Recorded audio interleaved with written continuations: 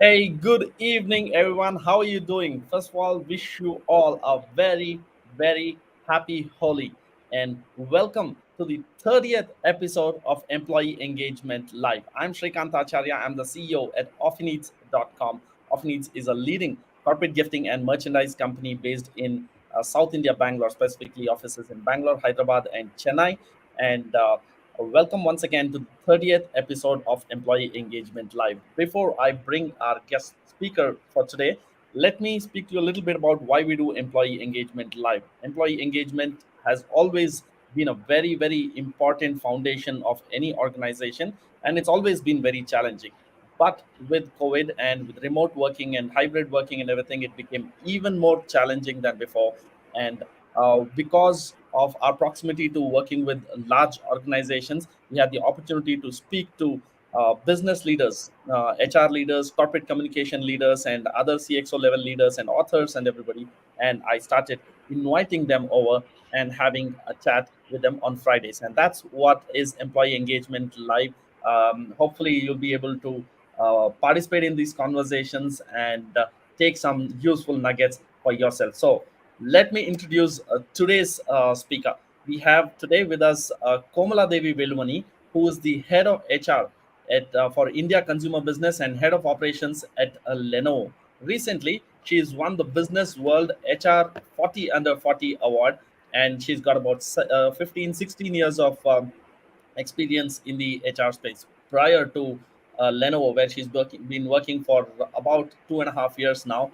She has worked with Deloitte, with Honeywell Technology, and with IBM. Without any further ado, let me introduce to you Komla Devi. Good evening, Komla. How are you doing today?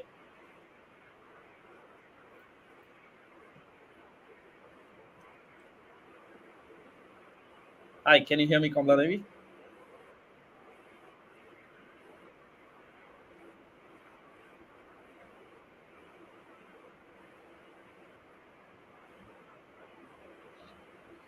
Hi, Shrikant. Hi. Wish you all a very happy Holi. And thank you so much for having me over, Shrikant. Thank you for this invite. It's a true honor to be on your session. Awesome. Thank you. So let's start with the first question that I ask everybody on the show. Yes. What, according to Yes, you, Shrikant. I can hear you very well.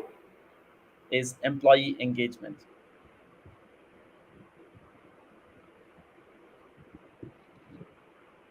Shrikant, I can hear you very well. Is my audio and video quite okay? Yeah, your audio video is good. There seems to be a little bit of a lag. I think we'll have to live with that.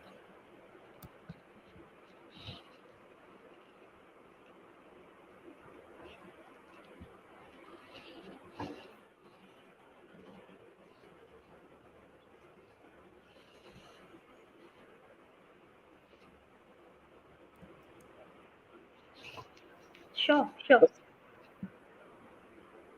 So my first Absolutely. question to Let's you, get going. Kamla, is And I was wishing you a happy Holi, Shrikant. what, according to you, is employee engagement? Kamla?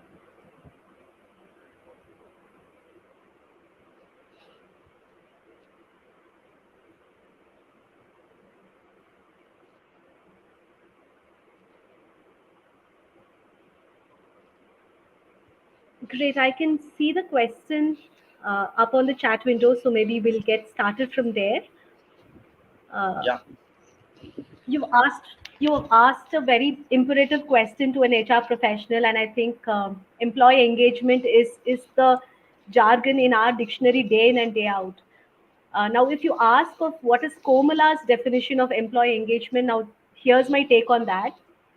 To me, an employee is said to be engaged if there is a environment which is conducive for the professional to give his or her best. And I believe that it's a role of the human resources team to create that environment. Now, the key metric, according to me, which needs to be measured as an outcome of employee engagement is the employee experience. Are we making it better? Are we making it the best experience that an employee has received over years for himself or herself? And the vision for me, per se, and even at Lenovo, is to keep elevating our employee experience. So that is what employee engagement means to me. And just sharing an anecdote. So when I remember telling my parents that I wanted to take MBA as my post graduation degree. And when I told my mother, especially, that I wanted to specialize in HR, she said, "That's a natural choice. You must have seen me driving the home with a great zeal of engagement. And I'm a great HR manager at home. So I'm proud that my daughter is going to go on and become a HR professional." So thanks for bringing me back on those memories as well. Awesome, fantastic, great to hear Yeah, that. so the next question that you've typed out for me is to share what, according to me, are the differences between employee experience and engagement. Shall I get going to that next question, Shrikant? Yes, I think we are much better. The lag is gone, I think. So yeah, my next question was that it's what is the difference between employee engagement and employee experience? Are they the same thing? Are these words just used interchangeably? So earlier it used to be used interchangeably, employee experience, employee engagement, or satisfaction. These are words that keep Hmm. getting used interchangeably. Earlier it used to be called as employee engagement surveys, then it was called as employee satisfaction surveys, then it was called as value surveys. So I think the words and the choice of verbiage could be different, but the intent is the same. So when we have an engaged workforce, we are creating a better employee experience. And especially with partners like you all as well, like how often needs takes this whole journey of onboarding experience so much better for us. I think employee experience is an outcome of employee engagement. That's a clear, clean difference that I would portray it as. Awesome, fantastic. I think that's a great way to start this conversation. So I want to welcome everybody who's joined here. I know it's holy; it's a Friday evening. You could be doing a ton of other things. Thank you. Really appreciate your time, and I'm going to promise you this conversation is going to be a great investment of your time. So I encourage you to take out your pen and paper and make notes. And in a few more minutes, I'm going to invite you to ask any questions that you might have to Komla, and she will answer it for you. I see Sachin and Bhavya from LinkedIn and YouTube who's saying hi. Hello, guys. Thank you so much for joining. So, Komla, I want to ask you about some LinkedIn posts which I saw on your timeline. I saw a series of posts with the I think the hashtag was called "People at Lenovo." Right. So I saw quite a few things where you shared about stories of people at Lenovo. Can you tell us a little bit about that? What is people at Lenovo and what's the impact of an initiative like that? Uh, Thanks for asking that question, Shrikant. And it's an great people first initiative that was started off, and it dates back in time. So we had a few employee motivational posts coming out. Now these used to come out once in a quarter. They used to act as inspirational stories for everybody else in the organization. And when the pandemic hit us, and when we went completely virtual, right? There were a lot of employees sharing multiple stories about how they were scaling up, how they were rummaging through the pandemic and getting back on track, etc. Now at Lenovo, we have a culture committee which is extremely active. And this culture committee works closely with the business leaders. It co owns the culture mandate for Lenovo. And we started publishing employee motivation stories as an initiative from the culture committee. Trust me, the truth behind this is many employees used to have Monday blues as well. So then we started something called a Monday motivational series. It became such a big hit that every Monday morning, our employees used to really go back and then look at what motivational post is coming up from there, and which of their favorite leader is sharing snippets on how they are battling the Monday blues. So Wow. the starting point was those Monday motivational stories.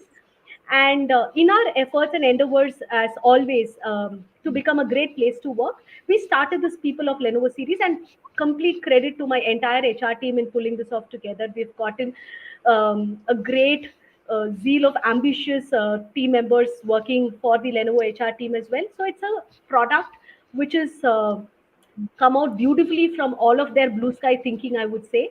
And this People Mm. of Lenovo, it touched upon people from various backgrounds. We also ensure that we have a diverse workforce that is represented in the series, and it went across to all of the employees. And without saying much about the details of what we wrote, I would say that the effect was very, very vivid for us to see. People thoroughly enjoyed reading these motivational posts, and it went viral up, and you would have seen a lot of resharing and post-its also on LinkedIn. So that's the length and breadth of how people at Lenovo went on. And just to quickly add on, I think as a offspring of these initiatives, we've gotten much more coming our way. So we have built in micro learning series as well, which would start off this financial year. And in this micro learning series, like just like how this initiative of yours, Shrikant, which is again on those learnings that you are getting in from multiple people, right? We are also trying to have podcasts coming up, employee stories going live, etc. So Awesome. yeah, that's what is the story behind the this post. People at Lenovo. Awesome. That sounds really really interesting. So I want to ask you about there is a this is a fantastic initiative about and that demonstrates the power of storytelling and using storytelling techniques in the context of employee engagement and in the corporate context, right? And I'm a strong, very very strong believer that stories are far more better than just any other form of communication, right? Stories, facts tell and stories sell. Stories stay with you, they inspire you, and so on, right? So what's your take on stories? How do you use storytelling? uh, how has storytelling been used either at Lenovo or at any of your past experiences?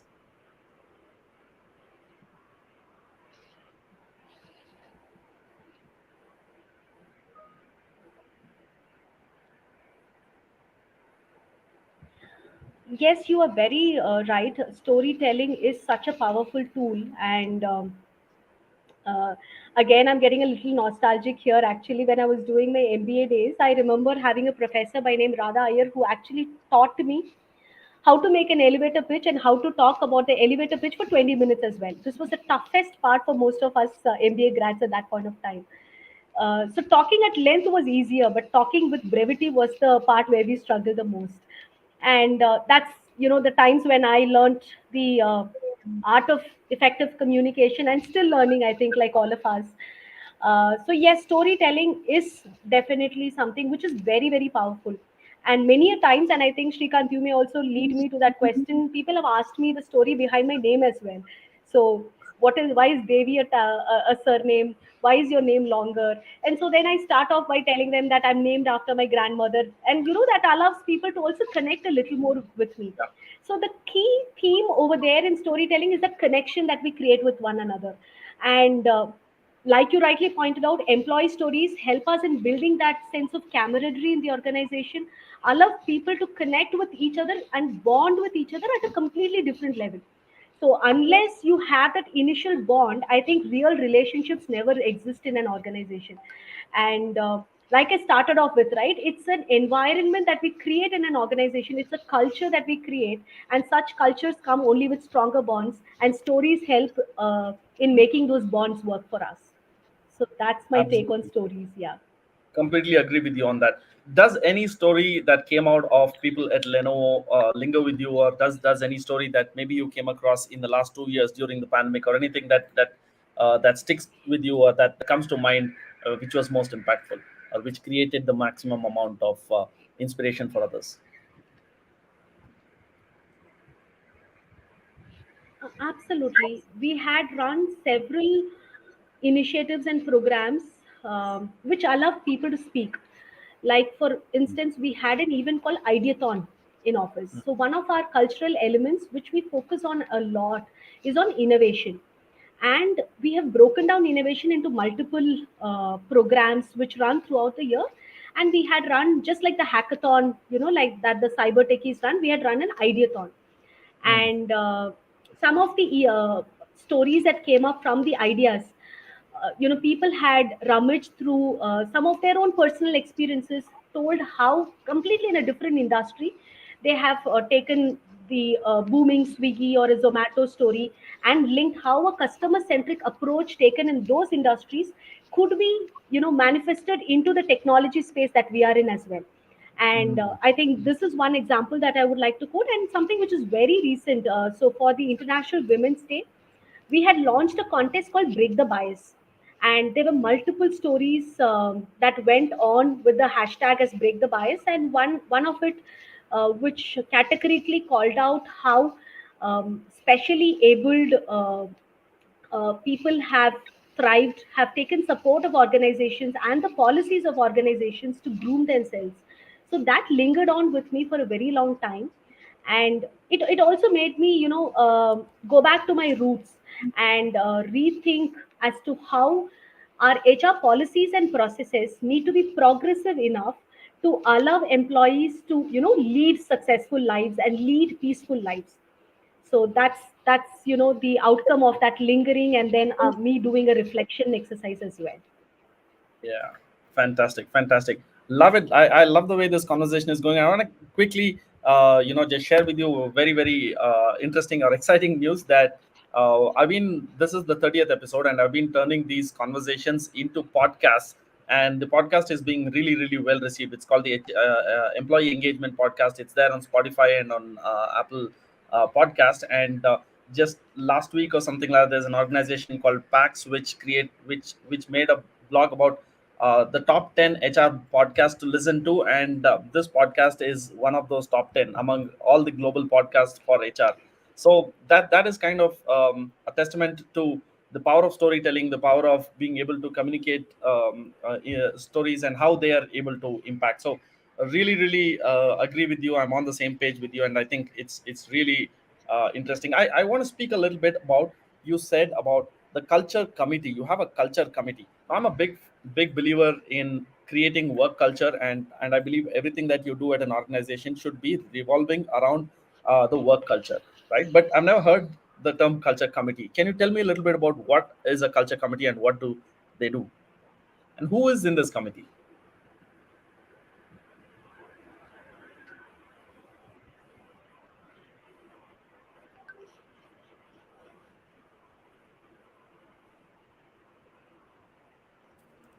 Sure, sure.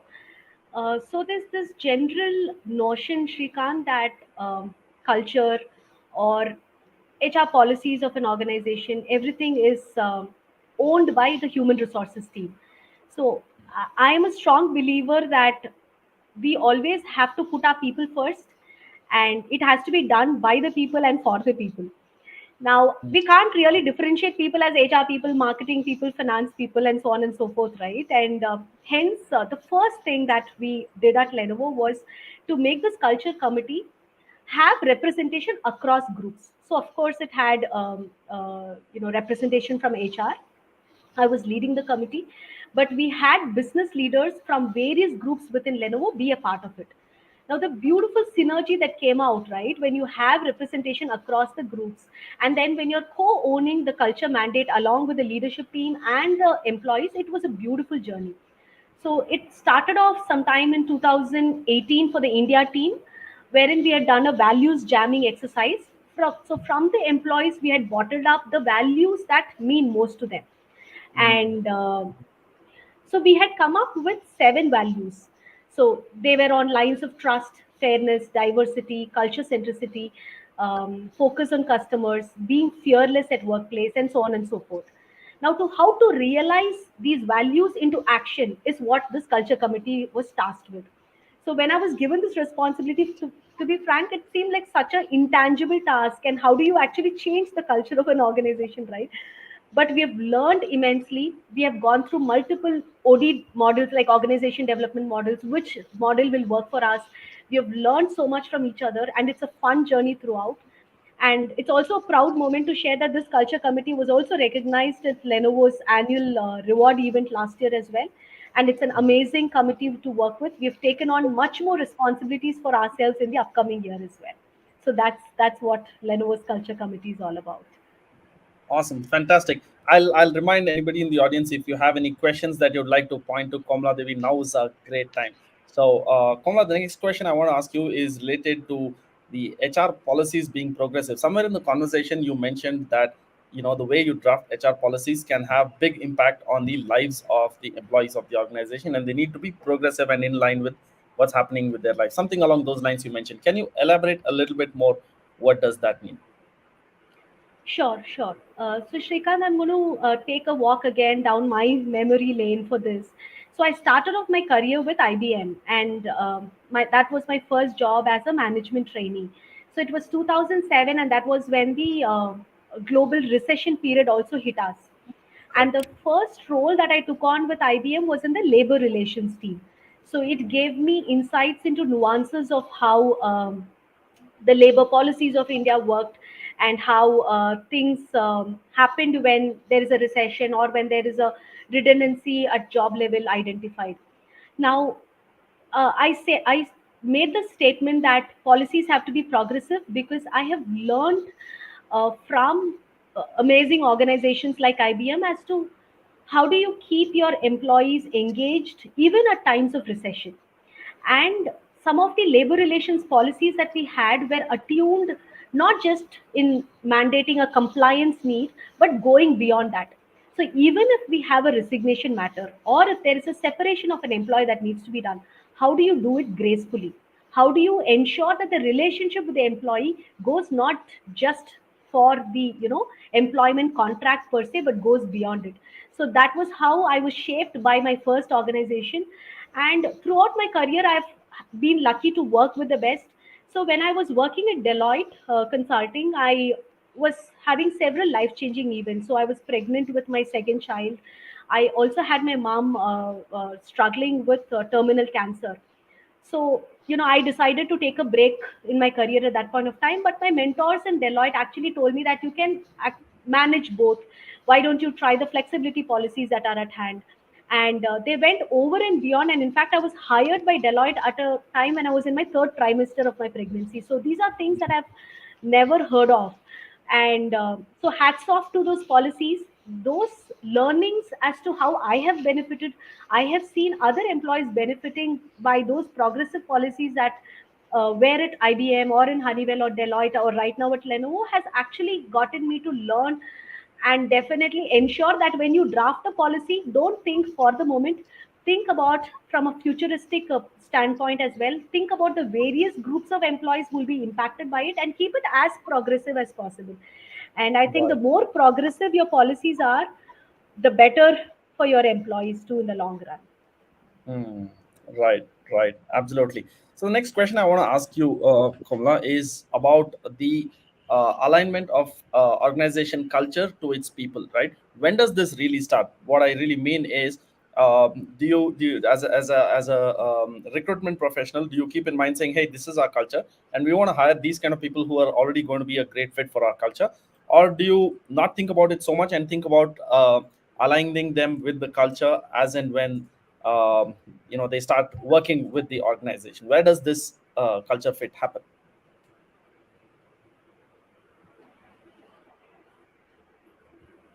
Sure, Shrikant.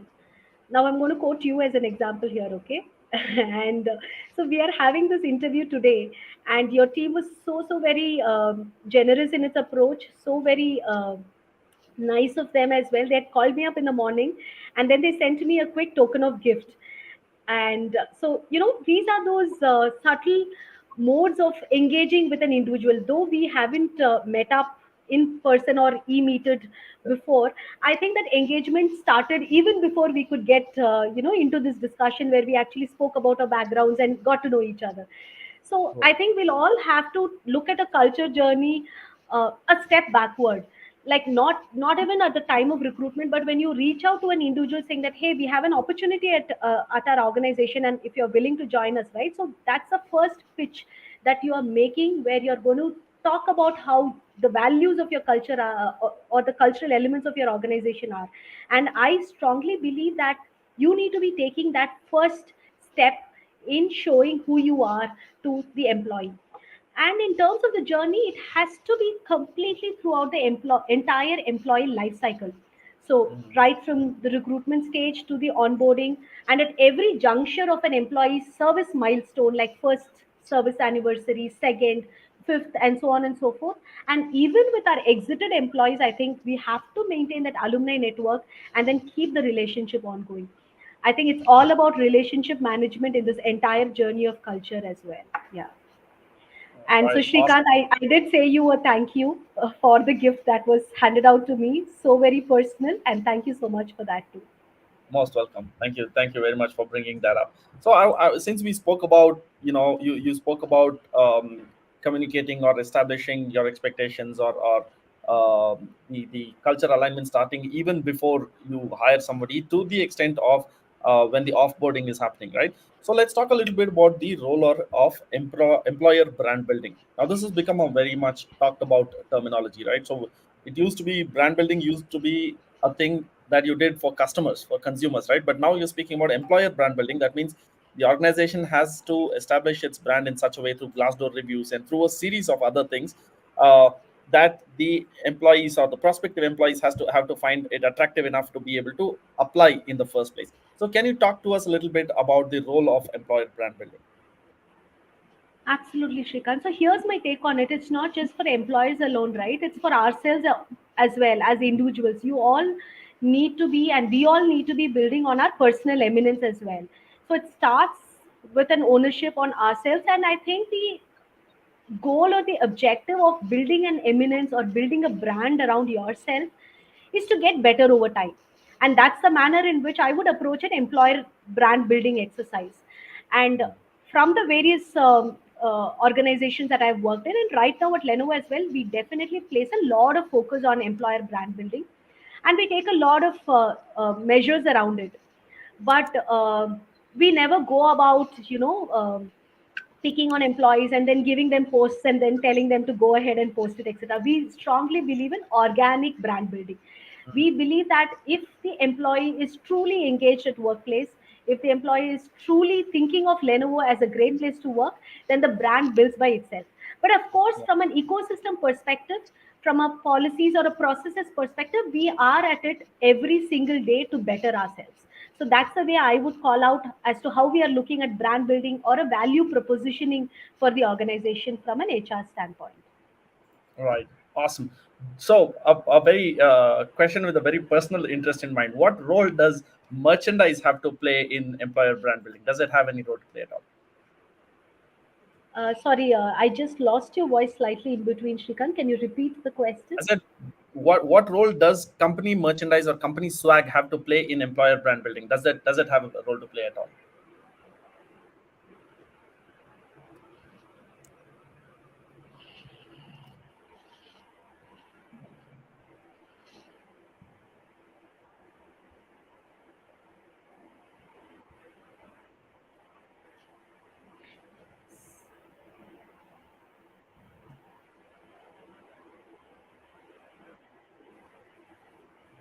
Yeah, yeah, absolutely. I think we started off talking about employee experiences, right? And hence, in the endeavor to create a good experience, merchandise, gifts, tokens of appreciation, tangible gifts, all of this definitely plays a very, very pivotal role, I would say.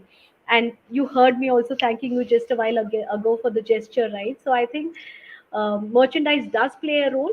And just to quote a few examples, right now, even for the International Women's Day, we did a brief discussion with the committee, the diversity committee that we have, and we decided to give away a very powerful book on diversity to all our women employees, because we were focusing on gender diversity in this IWD celebrations that we just did.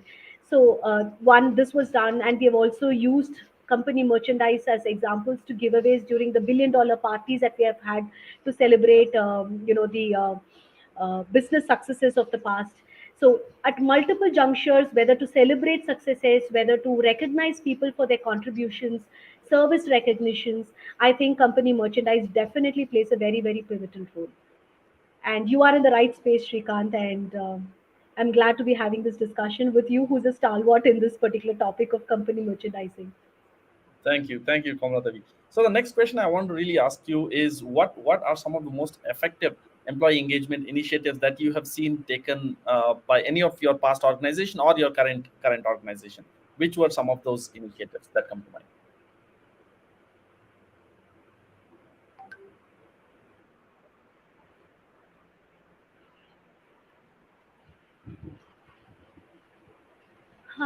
I'm going to again tie this all back with the culture initiatives that we have taken, right? So I spoke about the values jamming exercise that we had done, and I also spoke about how the culture committee came together. Now, most of the initiatives that we did on employee engagement all fell into this larger umbrella of culture, and so each culture committee member was associated with a leadership mentor who then formulated a calendar on that particular culture tenet for the entire year. So these were on lines, like I said, on fairness, fearlessness, innovation, customer centricity, employee engagement, and much more. And the pandemic also hit us at exactly the same time, right, when everything went virtual. Yeah. This was also a great opportunity for this team to lead from the front. So we had built in a lot of interventions, I would call it as employee engagement, OD interventions, and fun Mm, activities on various buckets. And well-being took a lot of precedence as well. mm, Now, we also partnered with the people manager community within Lenovo to drive a lot of these initiatives. Now, some top of the mind initiatives that we did, right, were on lines, a couple of them on lines of more collaboration, where Master Chef Lenovo that we did. We did mhm, Zumba and fitness events. We also engaged with the family members of our employees. So we got the kids also to participate in events. We got the spouses of our employees also to participate in events.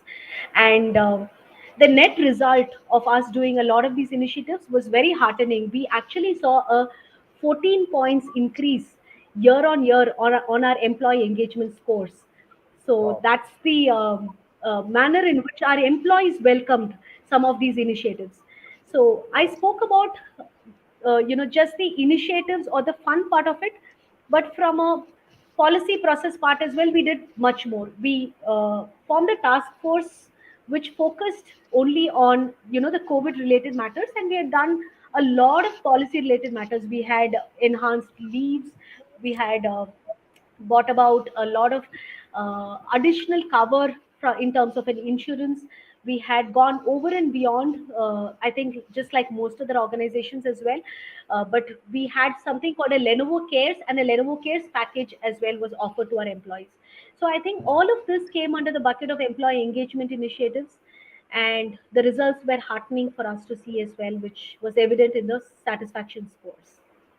Right, awesome. So I want to ask you next about, you mentioned about the impact of culture, and you keep speaking about culture. Everything it Mhm. revolves around culture. That's I can see you're very passionate about that, right? So what role does leadership have to do with strengthening culture? Is it an HR thing, or is it something that everybody in the organization? You already mentioned that it's everybody in the organization contributes towards building culture.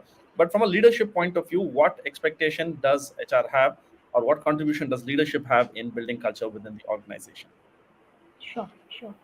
So I'll just split this question into two parts. I'll also take up and tell what role HR plays in strengthening culture, and then I will cull out leadership role in strengthening Perfect. culture. So to me, HR is the conscience keeper of any organization. So when you are the conscience keeper, then you have a bigger role to play. You need to know when you need to fan things, when you need to negotiate things, when you need to influence things, or when you need to just call a spade, or go full throttle and tell that no, this is not done.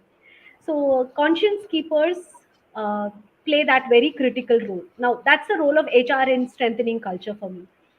Now, leadership's role is very, very critical according to me. While the values jamming exercise, which I said was a bottoms up approach, but Yeah. culture is a top down approach.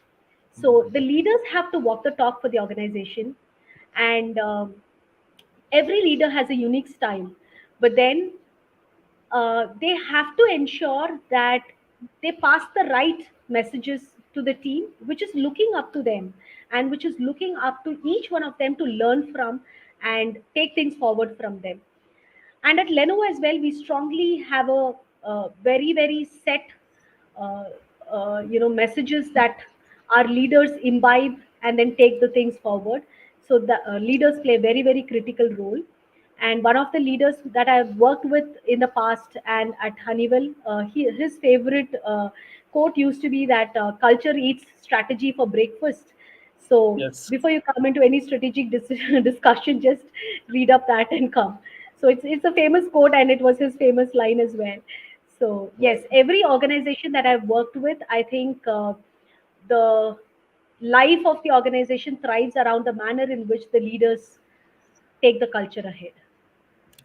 Right, right. Awesome, fantastic. So you've been in the HR space for about 15, 16 years, right? This what I'm about to ask you is one of my favorite questions, because it kind of gives you an indication of what's happening, how things evolving, right? So I'd like to hear from you from an employee engagement point of view and the role of HR point of view. What has changed in the last 15 years? What was it 15 years back? What is it now? And what do you think it's going to look like in the near future? Employee engagement and the role of HR in an organization. Sure, Shrikant. Interesting question, actually. And I would love to also know what the others, the 30 other people who have answered before me, have answered on this to learn the best practices.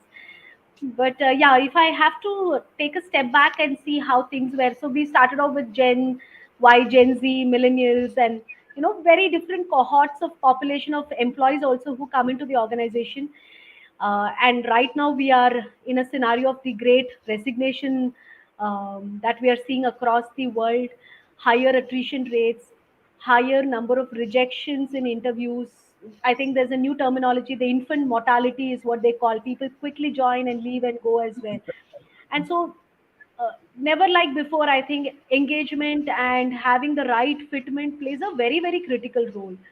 Now, if I have to compare how things were way back in the past, I think 15 years back, uh, you could you could do away with uh, saying that here, hey, here are my policies or processes, and it's up to an individual to follow it, or it's my way or the highway types. But I think gone are those days. And in fact, when we were also catching up, I think the name of the HR teams itself have been evolving. So it used to be called as personal management, then it was called as talent management, then industrial relations. Now we are all called as um, employee champions. I think different names. Now, taking cues from all of that, I think the most important thing is to stay relevant. So we need to be staying relevant to what's happening outside us in terms of the external environment, in terms of how the political situations are, how the industries are forging ahead, and so on and so forth. So staying relevant is important. And we need to improve the pace of the organization. So being agile, being right and fast is something which is very critical. Now, keeping these two pointers right, on relevance and being right and fast, I think we have to take inputs from them and then keep building the employee engagement agenda forward. There's Right. also the psychological aspect of the newer generation that's coming into organizations wherein they are looking for instant gratification. People are looking for careers of their choices, and where financial or monetary benefits are not the only thing on their mind. They have much more to seek of an ecosystem, and that's why I was touching about those progressive policies as well.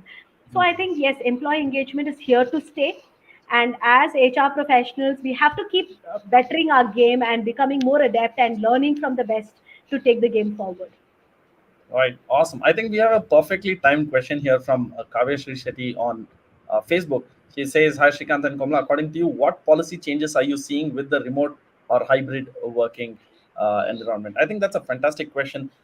So, one, I want to Absolutely. ask you, what do you see as the future of work? Are people going to come back to offices? Is it going to be fully remote? Is it going to be hybrid? And what kind of policy changes should we be expecting? Thank you, Kavya, for that question. It's been running on top of every HR professional's mind over the last 3, 4 months, I think. Yes, the pandemic has raged through the 2 years, multiple waves, and I just hope and pray that we are going to see a better world going forward. And if we were to take that optimistic view in mind, I think a hybrid work model is what is going to surface and stay. And I say hybrid because as employees, we've all learned that we can be effective or more effective as well while working virtually. And though there are a couple of bottlenecks in the entire process, we have leveraged technology, we have leveraged various aspects of technology to better ourselves at it. And organizations have also seen that the productivity of employees has improved or remained constant in this entire process, right? And so with that endeavor of giving that flexibility to employees as well, and also managing the collaboration needs at office, I think a hybrid workplace is what will offer a good blend of both the worlds. Now, to Right. what extent an organization will go hybrid will depend on the nature of the industry that they operate in. But we must definitely use this the current scenario to put forth employee well-being at the forefront and have a hybrid work model. That would be my recommendation for any organization. Right. And what did you say are the policy changes that you would see? So when we're doing a policy change on hybrid, right, Shrikant, right from the real estate to the facilities to how you Mm, would want your offices to be, that right. entire game changes. So now suddenly our offices are not places where you go and sit and work. Our offices are becoming collaboration spaces. Our offices are becoming places where only at certain junctures or for very important discussions or celebratory moments people are coming into work.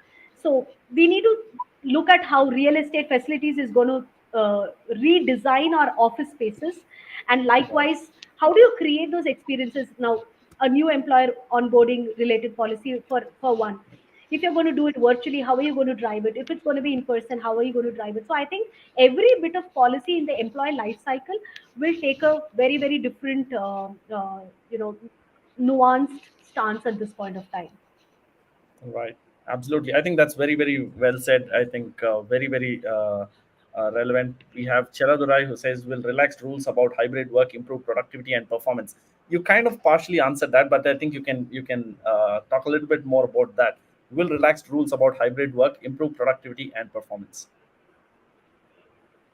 I think the more empowered an employee feels, it will definitely improve their morale, boost their confidence, allow them to place more trust on the organization because the organization is placing that amount of a trust on them. So Hmm. when these happens, I think the magic automatically begins to happen. So productivity may not be on the mind of the employee, but I think productivity will happen because you are setting up happier workplaces, you are setting up a more happier environment in which an employee can give his or her best. So that's my Right. take on that, Shrikant. But there is one challenge, right? In some of the policies, especially with regards to compliance requirements, training requirements, where there are certain learning needs which is more better off when you're in person. Uh, so there are those situations, I think, where it becomes important for us to have a workplace as a collaboration space. And that's why I Hmm. said my take was for hybrid, so that you get people to office whenever there's a collaboration need, and then you let them to have the flexibility so that they can go about their daily jobs otherwise. Right, right, absolutely. So it's been excellent speaking to you, Komla. We've got, I think, opportunity to address one more question. So let me ask you this, right? So you spoke about what the expectations the millennials have, and you've been in HR for 15 years, and you work in an organization where there are plenty of people who've been with the organization for 10 years plus, and so on, right? So we're speaking about a workforce which is now multi generational, multi ethnic, and there is a reasonably good distribution of gender, and especially with the work from home, recruitments are happening from across geographies, right? So what is the biggest challenges that organizations or hrs are facing managing such a diverse workforce, and how is it being addressed? So yes, a diverse workforce is definitely there, but I wouldn't call it a challenge. I think that's the beauty of it. So along with diversity is where you get multiple ideas, multiple cultural nuances getting built in. You have a multi layered thinking process which is imbibed into the organization. But we need to have certain pillars in place, I feel, when you're dealing with a multicultural or a multi-diverse organization. And that's where I strongly feel that the HR policies and processes that we were touching upon in various facets of the questions in the past, they need to be built on. So they need to weather all times. Hmm. And because you would be drafting a policy right now, but it needs to ensure that it survives for the next 10-15 years at least.